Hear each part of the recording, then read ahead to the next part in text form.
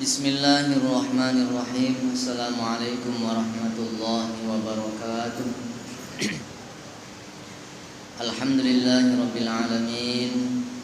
Wassalatu wassalamu ala asyrafil anbiya'i wal mursalin sayyidina wa maulana Muhammad wa ala alihi wa sahbihi ajma'in.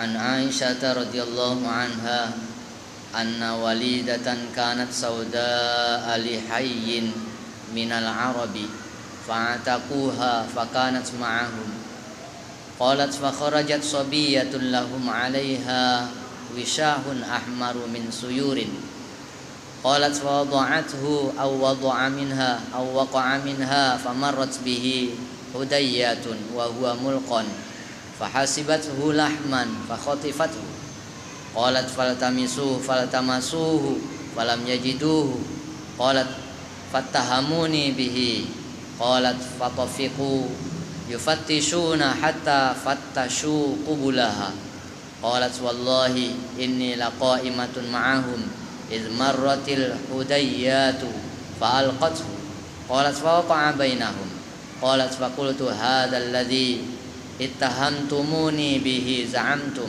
wa ana minhu bari'atun wa huwa dha huwa qalat faja'at ila Rasulillah sallallahu alaihi wasallam fa aslamat qalat Aisyatu fakana laha khiba'un fil masjidi aw hibsun qalat fakanat ta'tini fatahaddatsu 'indi qalat fala tajlisu 'indi majlisan illa qalat wa yaumal wishahi minal a'ajibi rabbina ala innahu min baldatil kufri anjani qalat Aisyah faqultu laha ma sya'nuki la taq'udina ma'i maq'adan illa qulti hadza qalat fahaddatstani bihadzal hadis. Ibunda Aisyah radhiyallahu anha telah mengatakan pada suatu hari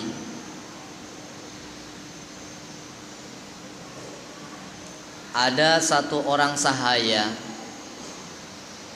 yang sudah dibebaskan. Sahaya itu hitam rupanya, milik satu kaum. Maka hamba sahaya perempuan ini telah dimerdekakan. Pada hari itu hamba sahaya yang sudah dimerdekakan ini keluar bersama seorang bayi perempuan dengan membawa kain tikar tenunan yang berwarna merah yang terbuat dari kulit yang dihiasi oleh permata. Aisyah mengatakan bahwasanya maka sahaya itu, hamba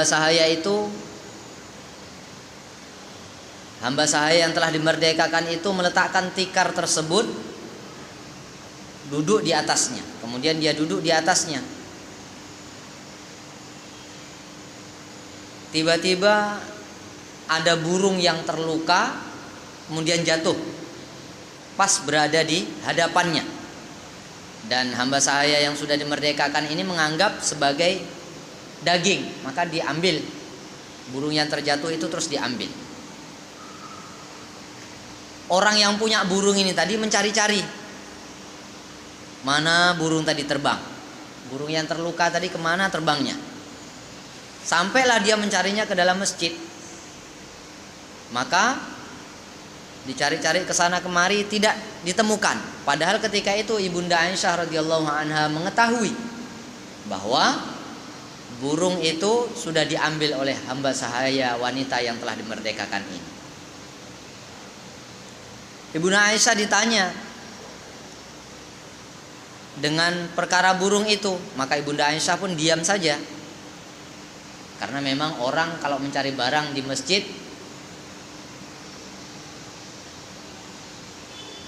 itu didoakan, apalagi pakai pengumuman, diumumkan barang hilang di masjid, maka didoakan agar tidak ketemu barangnya. Nanti hadis itu akan saya sampaikan di belakang.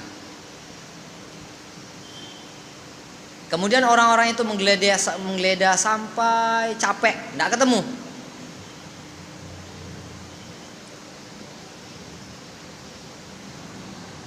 Padahal ibunda Aisyah mengetahui bahwa burung itu berada di sebalik tikarnya.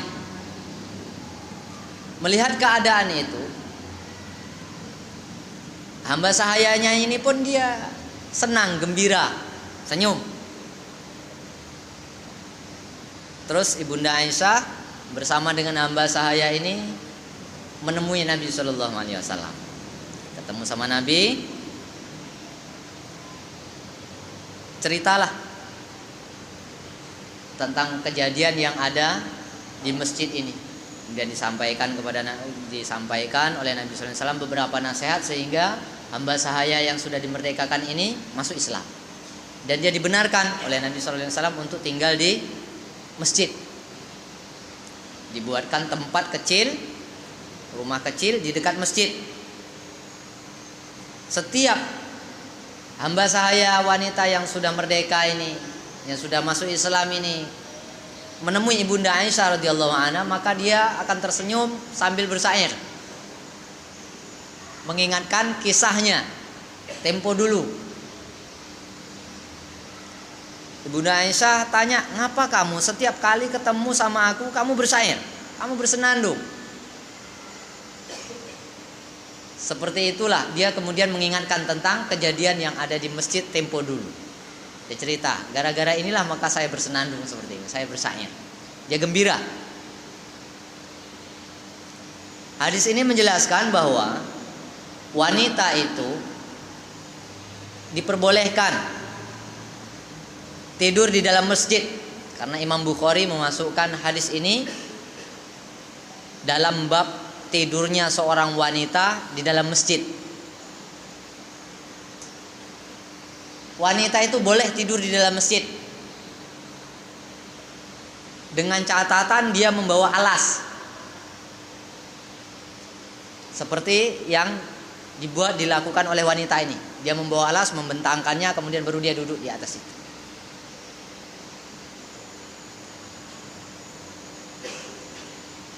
Kemudian wanita juga dia tidur di tempat yang tersembunyi, tidak di tempat umum. Di dalam masjid dia di tempat tersembunyi, dibuatkan tempat kecil di samping masjid, seperti yang dilakukan oleh Nabi Sallallahu Alaihi Wasallam. Buat tempat kecil di pinggir masjid. Kalau dia bersuami macam mana? Atas izin suami. Jangan pula mentang-mentang saya cakap wanita boleh tidur dekat masjid, berkelahi dengan suaminya tidur dekat masjid. Tak boleh macam tu. Minta izin dulu dengan suaminya. Kalau nak tidur masjid minta izin dulu. Kalau suaminya boleh, boleh. Kalau wanita itu tidur tidak ada di masjid itu tempat yang khusus, bisa dikhususkan bagi wanita, maka wanita ini boleh tidur dengan catatan, boleh dia tidur di masjid dengan catatan harus didampingi oleh mahramnya. Umpamanya ada jamaah haji atau jamaah umroh, capek dia, mau balik ke hotel jauh betul, malas. Maka istrinya ngomong, bang, aku nak istirahat sekejap.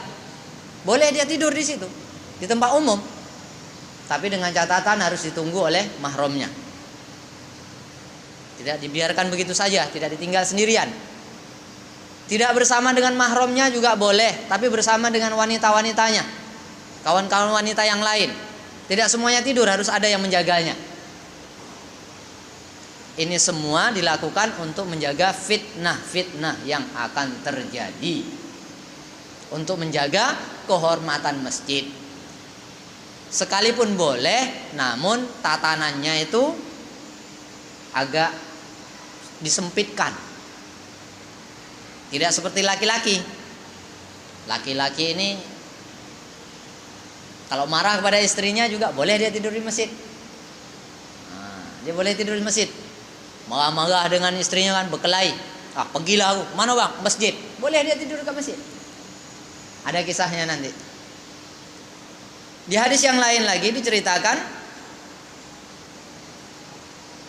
An Abdullah bin Umar radhiyallahu anhuma annahu kana yanamu wa huwa syabun a'zabu la ahlalahu fi masjidin Nabi sallallahu alaihi wasallam.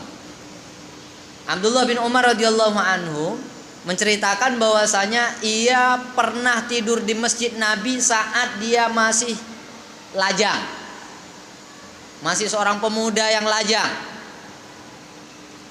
dan dia juga belum punya tanggungan keluarga. Nah, orang lajang nih memang baguslah sering-sering tidur dekat masjid, biar subuhnya tak terlambat kan. Jadi kata Ibnu Umar, saya pernah tidur di Masjid Nabawi semasa saya masih bujang dulu. Yang sudah punya istri tidak boleh terlalu sering tidur di masjid. Istrinya pula Kang dekat rumah.